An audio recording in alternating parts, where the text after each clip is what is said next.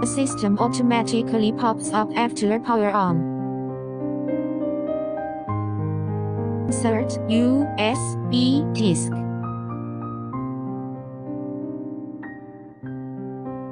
Select USB file.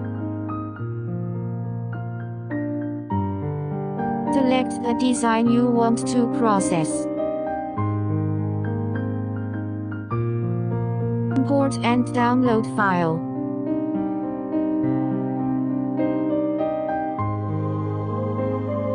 Simulation mode.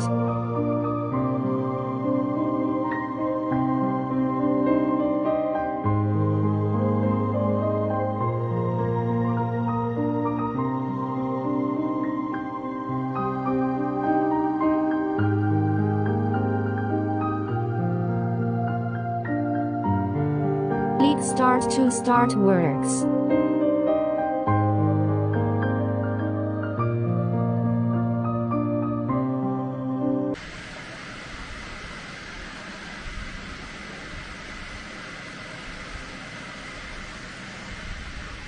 对了，OK。